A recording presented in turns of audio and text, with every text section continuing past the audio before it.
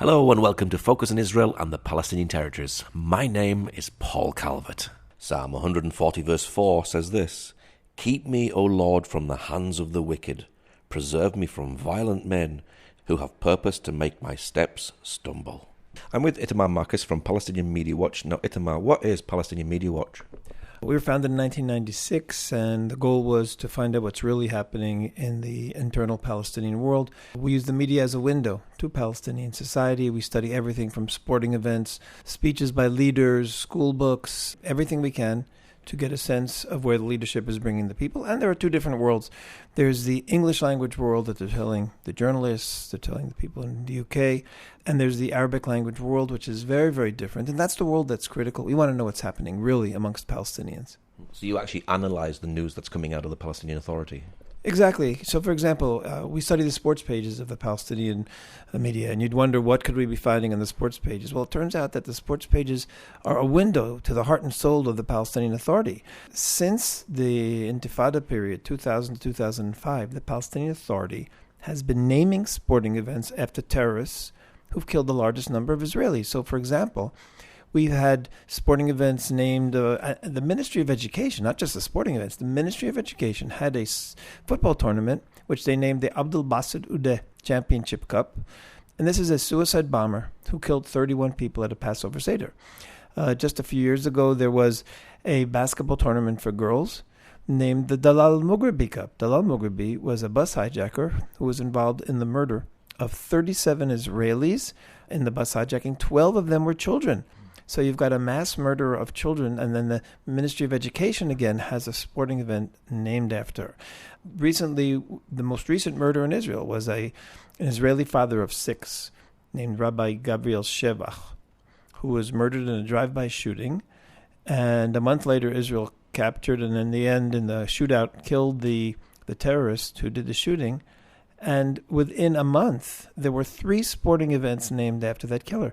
So we're analyzing the messaging of the Palestinian leadership to their people through culture, through sports, through crossword puzzles, through all the controlled Palestinian Authority frameworks. And it's terrifying, the messaging that's going to young Palestinian children. Of course, it's the World Cup at the moment, and they even put pressure on Jerusalem and Argentina, didn't they? Absolutely. They threaten and kill Israelis, and then they threaten, literally, Messi. Jibril Rajoub, the head of the Palestinian Sports Authority, the head of their Palestine Football Association, he told people to take pictures of Messi, to take shirts of Messi, to rip them, to burn them. I mean, and then following his public statements, of course, there were actual threats. And I don't blame the Argentinian team for not coming. If you've got leadership of the PA, of the Palestinian Authority, telling people that you are a target, you don't know what crazy person is then going to come and is going to actually commit a terror attack against you here or even back in Argentina or in Russia. So who needs that? So it's tragic for the Palestinians that their leadership is like this, but it's tragic for Israel and the world as well. Now, we've seen protests recently at the Gaza border, and in one day about 60 people were killed. Is there more to this story than meets the eye? Yes, it's tragic that the Hamas, at this point in Gaza, it's Hamas, is using people as human shields. And now we know this. Not only as human shields, but even worse than that. First of all, Hamas announced that 50 of the 60 people who were killed were their own operatives, meaning their own terrorists. The Islamic Jihad, another terror organization, announced that 3 of the killed were theirs. So it's possible that there were 7 people who were inadvertently killed by Israel because they were firing at so many terrorists who actually, some of them carried guns, some of them were planting bombs, some of them were trying to cut the fence so that masses of people could come across into Israel. So this was serious terror going on. What's more significant is one of the Palestinian Authority leaders, a few days later, in an interview said it was a win-win situation. For if they get through the border and invade Israel with thousands of people, then we've succeeded. But if Israel is forced to shoot us, then we've also succeeded because Israel gets bad press. So it's clear the entire thing, including the killings, was orchestrated by the Hamas leadership just for the purpose of the PR win that they wanted to have by having dead people. Now, that is outrageous. They are sending people to die in order that they can have good PR. And one of the people who said this was no one less than a person named Mahmoud al-Habash, who is Mahmoud Abbas's personal advisor on Islam, and he's head of the Sharia courts in all of the Palestinian Authority. He said on television that, he criticized Hamas. Why are you sending people to be killed just so that you can have a good PR story? Palestinians say it's a peaceful demonstration, and of course everyone has the right to demonstrate. Is it peaceful, and what sort of things are they actually doing at the fence? It's not peaceful by any sense of the word. Just one thing, for example, the latest type of terror, and the Palestinians have initiated so many different types of terror internationally. The latest terror is, we're calling it the kite terror. The Palestinians are attaching bottles of gasoline, kerosene, to kites. They're flowing them into Israel, and tens of thousands of acres of fields, of agricultural fields, and nature reserves have all been burned by these fires. Some of them have landed right next to communities. Some of them have landed inside communities. This is terror. Just yesterday, we had 31 different fires that had to be put out because of this, and this is absolutely terror. In addition, there have been people who came to the fence with guns, or people who came to the fence trying to plant bombs at the fence. So it's terror in every possible description. It's terror, and Israel has to fight terror. Is terrorism evolving? Because this is quite a unique thing, isn't it? It's exactly. Terrorism is evolving. Every time the especially Hamas, but the Palestinian Authority as well, they try a new terror, Israel comes up with a new response to that terror, and then they come up with something else. The terrorists from Gaza were getting out and doing all sorts of terror, so they started building tunnels under Gaza, and a number of Israelis were killed during the previous war. They tried to actually tunnel into Israeli towns where they'd come in and do massacres of civilians. This was their actual plan. Since then, so Israel has now developed a special kind of a mechanism that can actually detect the tunnels, and Israel is now destroying the tunnels when they cross over inside Israel. So they do the tunnels. We put a fence, they do tunnels. We figure out a solution for the tunnels, and now they're doing kites. And then we'll come up with the kites, and then they'll do something else. You're absolutely right. It's evolving. I hate to say it, the same way bacteria evolves. When you find one cure for one bacteria, and then you use it too much, and it evolves. Well, that's what's happening. We're finding one cure for terror, for a certain terror, and then another terror evolves. How does Israel discourage people from coming to the border fence? Israel announces it. Israel sends leaflets over. Israel makes it very clear there isn't a Palestinian in Gaza who knows that the border fence is an area that Israel, for security reasons, has to keep free of all people, because you never know who's going to be that terrorist who's going to come across. You let people roam around, then one of them could come through. We've had, for example, kidnapping of Israeli soldiers, Gilad Shalit, and murder of Israeli soldiers by infiltrators. So when you have to keep infiltrators out, when you know that the region is ruled by a terror organization, Hamas, let's not misunderstand Hamas. Hamas, in their charter, says and writes that these are the words of their charter. Hamas is looking forward to fulfill Allah's promise, however long it may take. And then there's a quote from a hadith, an Islamic tradition, that talks about the extermination of Jews. Hamas is looking forward to exterminate all Jews. That has nothing to do with Palestinianism. It has nothing to do with Palestinian nationalism. It has nothing to do with land. It has to do with Hamas interpreting that source literally, that the hour of resurrection won't come until Muslims exterminate the Jews.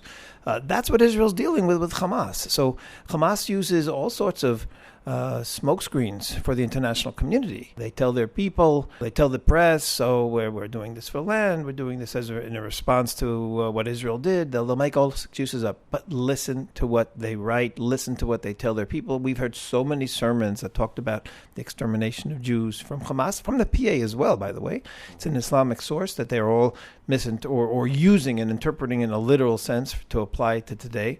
So when Israel is dealing with both the Palestinian Authority and Hamas, who both are using sources to tell their people that there's an Islamic goal to exterminate the Jews, well, you're dealing with a big problem, because a lot of people, you don't even need 100 of people to take it seriously. You need 2% to take that message seriously, and we've got thousands and thousands of terrorists who believe that every single Jew that they kill is an act of worship of Allah. Now, a little baby died in one of the demonstrations, and a medic has also died in another. Is there more to this than the story? Well, absolutely. The little baby, it turns out, died in not even related to what was going on near the fence, and the family was paid 8,000 shekel. to say that he died because of gas or something else at the fence. So this is typical. It's typical manipulation by terror organizations who are trying to get sympathy for themselves and trying, again, to create a smokescreen for their terror. The story of the medic is a more tragic story. It seems like she was being actually working as a medic, but she was also being manipulated by Hamas. There were films that Israel has released showing her throwing smoke bombs and other things in the direction of Israel. So she was a medic, but she was also involved in the violence. It's also possible that one of the bullets going after an actual terrorist might have hit her. When you bring yourself into a terror zone, especially when one of the tactics that the Hamas was using was burning endless numbers of tires to create a smokescreen so that they could do their terror. There were tires burning everywhere. If you looked at it, you thought the whole country was going up in smoke. So they create these tires, they create the smokescreen, and then when civilians are killed, they blame Israel. Well, in fact, they're the ones to blame, both for the terror and for the smokescreens that makes it just impossible to figure out who the terrorist is. So the Palestinian Authority is encouraging people to go out and be terrorists. Are they paying these people? Every person, whether they were in the Palestinian Authority salary before or just a regular individual who goes out and does a terror attack against Israel and then gets arrested, begins to receive a Palestinian Authority salary. And the salary starts at 1,400 shekel a month and goes up to 12,000 shekel a month, which is four times the average Palestinian salary. So you can do terror, and then if you're in jail long enough, you're going to have an incredibly high salary and come out of jail very, very rich. Does Israel actually help the Gazan people? The great myth is that Israel has a blockade on Gaza. Israel has a blockade from the sea because we know that Hamas is a terror organization, and we know they've tried to smuggle in serious weapons and missiles, and we know they're using missiles against Israel. And they've actually succeeded in smuggling in certain ones. On the other hand, Israel has an open fence and dozens, if not hundreds sometimes a day, of trucks come into Gaza from Israel. Even during the period that Egypt had closed down its border completely, Israel continued to send in hundreds of trucks a day with all the supplies, all the food, everything that they can't produce in Gaza is being brought in. Some of it Israeli produced, some of it imports from other countries. There's literally nonstop traffic of trucks bringing things into Gaza. Israel had to stop giving them cement for a while because the cement, which was supposed to be used to rebuild buildings in Gaza, was being used to build tunnels. You need an enormous amount of cement to dig these deep tunnels with walls that were quite thick. And that's where the cement was going. So Israel is supposed to supply Hamas with cement so that they can create tunnels, so that they can tunnel into an Israeli village and massacre civilians? Absolutely not.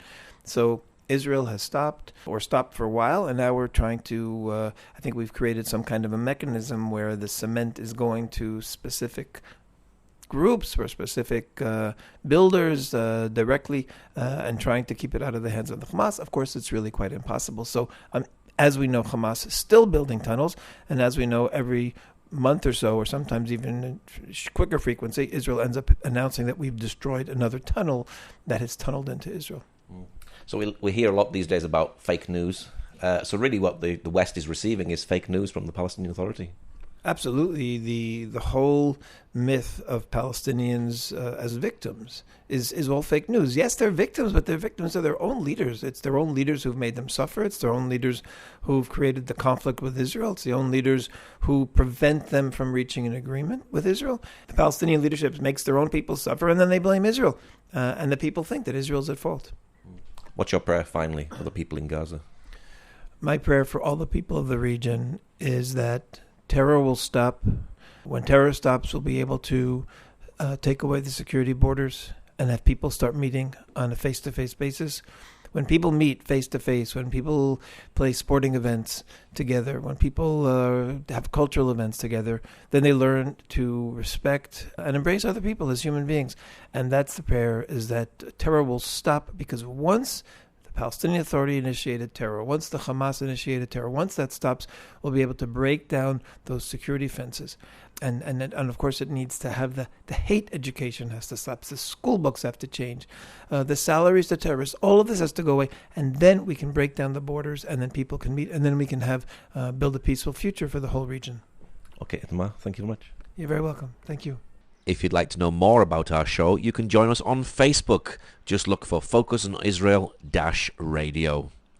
Ezekiel 37 verse 4-6 says this, Again he said to me, Prophesy to these bones, and say to them, O dry bones, hear the word of the Lord. Thus says the Lord God of these bones, Surely I will cause breath to enter into you, and you shall live. I will put sinners on you, and bring flesh upon you, cover you with skin, and put breath in you, and you shall live. Then you shall know that I am the Lord, and the Jews will receive the real shalom peace.